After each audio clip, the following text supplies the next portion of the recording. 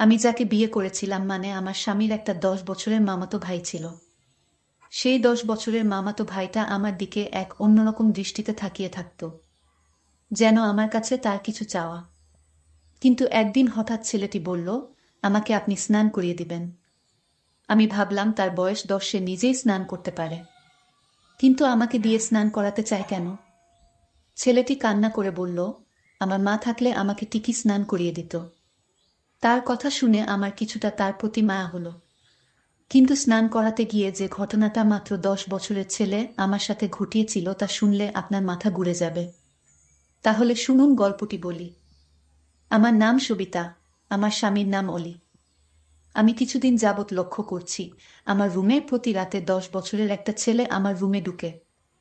সেই কম বয়সী ছেলেটি আমার সাথে কি করতে চায় এবং আমার কাছে কি চায়, কিন্তু আমি চোখ মেলে তাকাতেই আমি আর তাকে দেখতে পাই না। কিন্তু দরজা জানালা তো ভিতর থেকে লাগানো, তাহলে এই রুমে কিভাবে আসলো সে? ছেলেটি তখনও সেখানেই দাঁড়িয়ে আছে।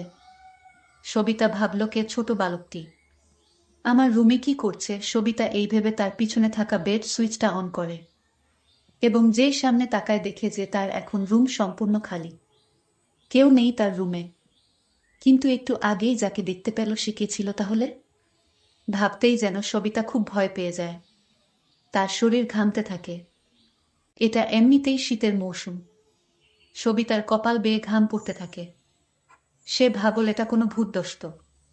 পাশের রুমেই তার বাবা মা ঘুমিয়ে আছে। চিৎকার দিলে হয়তো এখনই উঠে আসবে। কিন্তু সবচেয়ে বড় কথা হচ্ছে, এটা যদি আমার বিভ্রান্তি হয়ে থাকে তাহলে সবাই আমাকে নিয়ে উপহাস করবে। কেননা আমি একজন ডাক্তার। তার কাছে ভূত বলতে কিছুই নেই এখানকার যুগে। আর মাত্র কয়েকদিন পর সে নিজেই নিজের হবু স্বামী অলির সাথে একটা ছোট্ট ক্লিনিক খুলতে যাচ্ছে। অলি নিজেও একজন ডাক্তার। তাদের প্রেম 2 বছর আগে শুরু হয়েছে, যখন তারা মেডিকেলে সেকেন্ড ইয়ার এ পড়ে। সবিতা পড়াশোনায় খুবই তীক্ষ্ণ মেধা সম্পন্ন ছিল, কিন্তু ক্লাসের বাহিরে সে কারো সাথে একটা কথাও বলতো না। সবসময় যেন মন মরা হয়ে থাকত। কিন্তু অলি মনে মনে সবিতাকে খুব ভালোবাসত। যদিও অনেকবার সবিতা অলিকে রিজেক্ট করে দিয়েছিল, কিন্তু অলি ও ছিল নাছোড়বান্দা।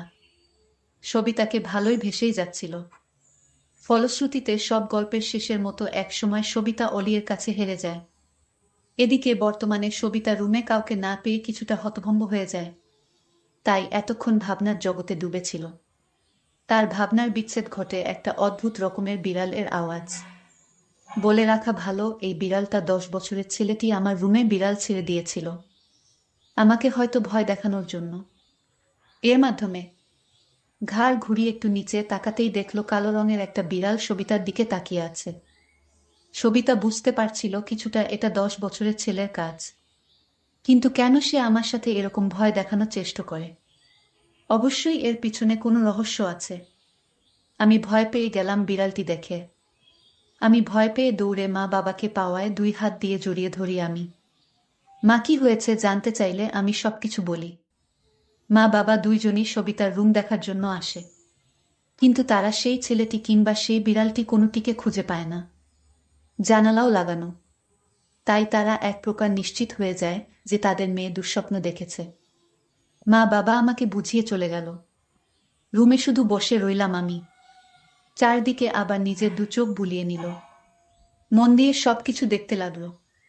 সবিতা নিজেও বুঝে নিল যে এটা শুধু তার দুঃস্বপ্ন ছাড়া কিছুই ছিল না। তাই সে নির্বিঘ্নে আবার শুয়ে পড়ল।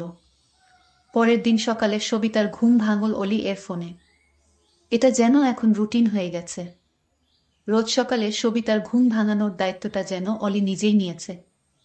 সবিতা পাশে থাকা ফোনটা তুলতেই অলি বলতে লাগলো, কি করো তুমি? এই তো বিছানায় শুয়ে শুয়ে চাঁদ দেখি। এই তোমাদের বাসার ছাদ ফুটো হয়ে গেছে নাকি? না হলে বিছানায় বসে চাঁদ কিভাবে দেখো? আরে বোকা, আমি তো মজা করেছি। তাছাড়া এই দিনের বেলায় চাঁদ কোথায় পাবো আমি? ওহ তাই তো। থাক, আর হাসতে হবে না। কি বলবে বলো, আমার ফ্রেশ হতে হবে। চলো না আজ আমরা দেখা করি। কতদিন হয়ে গেল দেখা করি না। দেখা হলে গল্প করতে পারবো। মনটা হালকা হবে। শুধু ফোনে কথা বলে সময় পার করে দিই। পরশু দিন ও তো দেখা করলাম। আর আগামীকাল কালই তো আমাদের বিয়ে। ওহ, বুঝেছি। আমি কি বুঝাতে চেয়েছি তুমি বুঝে ফেলেছ। ঠিক আছে, আসবো। এখন বাই। বলেই সবিতা ফোনটা কেটে দিল। ফ্রেশ হয়ে খাবার খেয়ে নিয়ে বেরিয়ে পড়ল যেখানে অলি আর সবিতা রোজ দেখা করে আসছে। সবিতাদের কোনো গাড়ি নেই, তাই সবিতা রিক্সা ব্যবহার করছে। পার্কের সামনে নামতেই দেখে অলি দাঁড়িয়ে আছে। দুইজনে মিলে ভিতরে গিয়ে বসে গল্পগুজব করছে। হঠাৎ করে সবিতা নিজের ভিতর কিছুটা অস্থিরতা অনুভব করতে থাকে। নিজের ভালোবাসার মানুষ, নিজের হবু স্বামীর সাথে সদ্য হাসি খুশি করা মেয়েটা যেন নিমেষেই কিছুটা অস্থিরতা অনুভব করছে। এই অস্থিরতা কিসের চাইতেও যেন মনে করতে পারছে না সবিতা।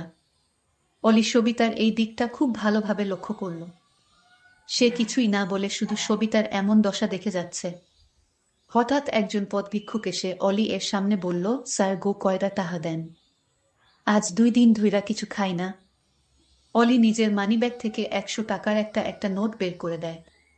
কিন্তু এদিকে সবিতার সামনে দাঁড়িয়ে থাকা এই লোকটিকে এক নজরে দেখেই যাচ্ছে। তার যেন চোখের পাতা পড়ছেই না, মনে হচ্ছে সবিতা যেন এই লোকটিকে কত না দিন ধরে চিনে। কিন্তু সবিতার চোখে এই লোকটি 10 বছরের ছেলে, আর অলির চোখে 7 বছরের বুড়ো। সবিতা দেখল ছেলেটি তাকে ইশারা করে বলছে, আজ রাত দেখা হবে তোমার সাথে এবং অনেক কথা আছে। সবিতা তার এই কথা শুনে আর সহ্য করতে না পেরে অজ্ঞান হয়ে যায় এবং অলি এর সামনেই মাটিতে লুটিয়ে পড়ে। অলি ভাবল হয়তো সামনে দাঁড়িয়ে থাকা ভিক্ষুককে দেখে ভয় পেয়ে গেছে, তাই অলি ভিক্ষুকটিকে চলে যেতে বলল। অলি তাড়াতাড়ি করে সবিতাকে তুলে নিজের গাড়িতে শুয়ালো। সবিতাদের বাড়িতে নিয়ে যেতেই নিজের মেয়েকে অজ্ঞান অবস্থায় দেখে সবিতার বাবা মা যেন খুবই চমকে গেল। কিন্তু অলি তাদের সান্ত্বনা দেওয়ার জন্য বলল যে সবিতা শুধুমাত্র ফ্রাস্ট্রেশন এ পড়ে জ্ঞান হারিয়েছে। এই বলে অলি নিজের বাসায় চলে গেল। কোনো না, আগামীকালই তাদের বিয়ে। অনেক প্রস্তুতি এখনো বাদ আছে। পরের দিন দুই পরিবারের মাঝে যেন খুশির পাহাড় নেমে আসে। আজ সবিতা আর অলির বিয়ে। বাহিরের সবাই অলি এর সাথে কথা বলছে, আর এদিকে ঘরের ভিতর সবিতা বসে আছে। রুমে কেউ নেই। যেখানে সবিতার সবচেয়ে বেশি খুশি হওয়ার কথা সেখানে সবিতা কিছুটা মনমরা। ধীরে ধীরে বিয়ে খুব ভালোভাবে সুসম্পন্ন হলো। বউ সেজে অলির বাড়িতে প্রবেশ করল। অলির একটা মামাতো ভাই ছিল, তার বয়স 10 বছর, দেখতে অনেক সুন্দর। ছেলেটির নাম রবিন। অলির মামাতো ভাইয়ের মা বাবা ছোটবেলায় মারা যায়। তার আর আপন বলতে পৃথিবীতে কেউ ছিল না। আর তাই অলি তাকে নিজের বাড়িতে এনে স্কুলে ভর্তি করে দেয়। আর তখন থেকেই অলির মামাতো ভাই তাদের বাসায় থাকে। যাই হোক, আমি যেদিন অলির ঘরে বউ সেজে গেলাম, তখন দেখতে পেলাম 10 বছরের ছেলেটি রবিনকে। রবিনকে আমি দেখে অবাক হয়ে গেলাম। আমার রুমে যে ছেলেটিকে দেখতে পেতাম ঠিক রবিনের মতো। আমার মনে হচ্ছে এই ছেলেটি আমার রুমে যেত, কিন্তু কেন যেত তার মতলব আমি বুঝতে পারিনি। একদিন ঠিকই বুঝতে পেরেছিলাম, সেটা আবার অনেক কৌশলে। এই বিষয়টা পরে বলছি। আমি তখন ছেলেটিকে দেখে আমি তাকে ডাক দিলাম, রবিন তুমি আমার কাছে আসো, তোমার সাথে আমার কথা আছে। আমি ডাক দেওয়ার সাথে সাথেই সে আমার কাছে চলে আসলো। আমি তাকে জিজ্ঞেস করলাম, তুমি কতদিন ধরে এ বাড়িতে আছো? সে বলল, আমার বয়স যখন 5 তখন থেকেই আমি এ বাড়িতে আছি। তোমার মামাতো ভাই মানে অলির সাথে যে আমার প্রেম ছিল সেটা তুমি কি জানতে? সে বলল, অলি ভাইয়ার আর তোমার যেদিন প্রথম সাক্ষাৎ করো এবং ভাইয়া যেদিন তোমার সাথে ফোন আলাপ করে তখন আমি সব শুনতাম। তোমাদের প্রেম সম্পর্কে সব জানতাম আগে থেকেই। আমি তার কথা শুনে অবাক হয়ে গেছি। তাহলে কি এই ছেলেই আমার রুমে রাতে যেত? কিন্তু কেন যেত? এর কিছুই আমি জানতাম না। তবে কেন যেত এটা আমার জানতে হবে। কিছুদিন পরের কথা, আমি যখন বাথরুমে স্নান করতে যাই তখন এই বাচ্চা ছেলেটিকে আমি বাথরুমে দেখতে পাই। আমি যেদিকেই যাই শুধু তাকেই দেখতে পাই। কেন সে আমাকে ফলো করে?